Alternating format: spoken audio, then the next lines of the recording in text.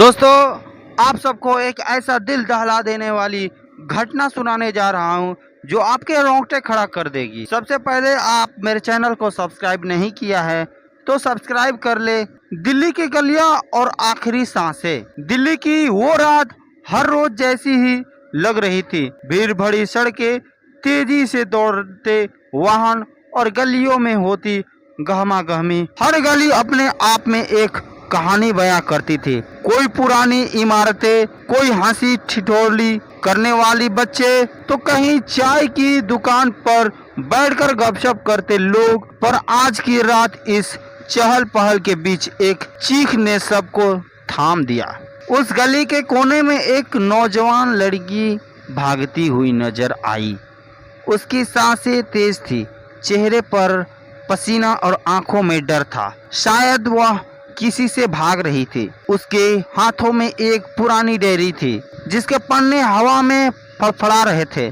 उसकी आंखों में सिर्फ एक सवाल था, क्यों? कुछ पल पहले ही उसने अपने घर से भागने का फैसला किया था।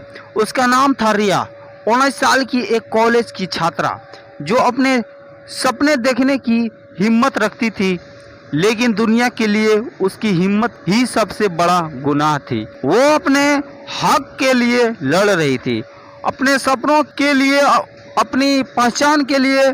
उसे बार बार धमकियां मिलती थी, कभी अनजान फोन कॉल्स, कभी घर के दरवाजे पर किसी का साया। रिया को पता था कि उसकी जान खतरे में है, पर उसने कभी हार नहीं मानी। उस रात जब वो अपने कॉलेज से घर की ओर लौट रही थी, तभी अचानक कुछ परछाइयां उसके पीछे पड़ गई। वो समझ चुकी थी कि यह उसकी आखिरी रात हो सकती है। गली में अब लोग जुटने लगे थे, पर कोई आगे बढ़ने की हिम्मत नहीं कर रहा था। अचानक एक तेज धक्का और रिया जमीन पर गिर गई। चारों तरफ सन्नाटा पसर गया। उन अजनबी चेहरों में किसी ने चाकू निकाला और उसके सीने में घोंप दिया। उसकी चीख ने आसमान को चीर दिया, लेकिन उसे बचाने वाला कोई नहीं था। भीड़ देखती रही और रिया की आंखों से धीरे धीरे जिंदगी का प्रकाश बुझता गया। उसके हाथों में अब भी वो डायरी थी जिसे उसने अपने आखिरी शब्दों से भरा था, मैं मरूंगी लेकिन मेरी आवाज कभी नहीं रुकेगी। रिया की मौत उस गली की आखिरी चीख बन गई। दिल्ली की वो गलियां अब भी वैसी ही है, बस एक नौजवान लड़की की कहानी और उसकी आखिरी सांसें उन दीवारों में कैद हो गई। रिया की मौत के बाद दिल्ली की गलियां फिर से रोज की तरह चहल पहल में लौट आई, पर वो गली जहां उसकी आखिरी सांसें थमी थी अब कुछ बदली बदली सी लगती थी। वहां के लोग चुप थे, किसी के चेहरे पर सवाल थे तो किसी की आंखों में शर्मिंदगी। सबने देखा था, सबने सुना था, पर कोई नहीं बोला। अगले दिन अखबारों की सुर्खियों में रिया की तस्वीर छपी थी, एक छोटी सी खबर के साथ, दिल्ली की गली में नौजवान लड़की की हत्या।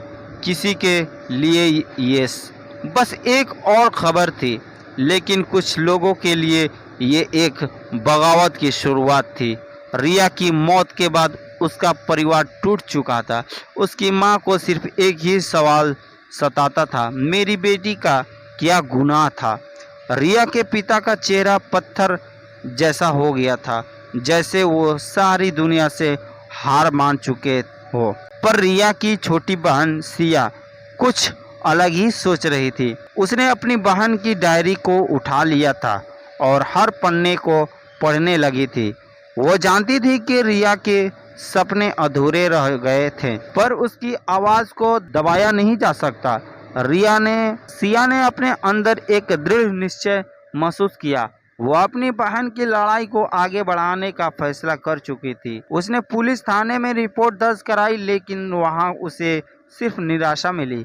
कोई भी उसकी बात को गंभीरता से नहीं ले रहा था। उसकी आवाज को बार बार दबाने की कोशिश की गई, उसे डराने की धमकियां दी गई, पर सिया भी रिया की तरह जुझारू निकली।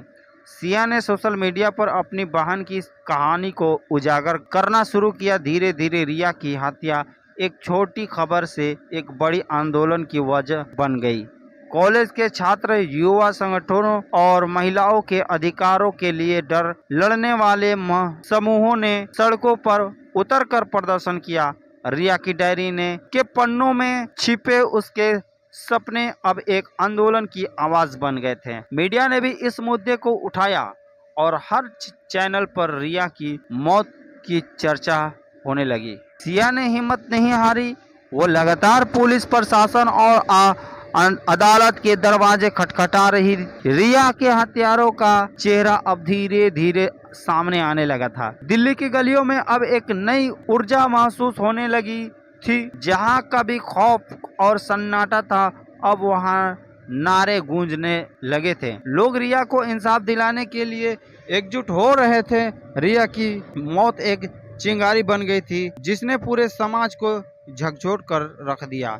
एक दिन सिया को पुलिस से फोन आया, आपकी बहन के हत्यारे पकड़े जा चुके हैं। सिया की आंखों में आंसू आ गए, पर ये आंसू दुख के नहीं थे। ये आंसू उस संघर्ष की जीत के थे जिसे उसकी बहन ने शुरू किया था। रिया की कहानी यही खत्म नहीं होती। उसकी मौत ने सिर्फ उसके हत्यारों को ही नहीं बल्कि पूरे समाज को ये सिखाया कि किसी की आवाज को दबाया नहीं जा सकता। वो गली जहां रिया ने अपनी आखिरी सांसें ली थी, अब रिया गली के नाम से जानी जाती है। एक प्रतीक की लड़ाई कभी खत्म नहीं होती अगर आवाज बुलंद हो।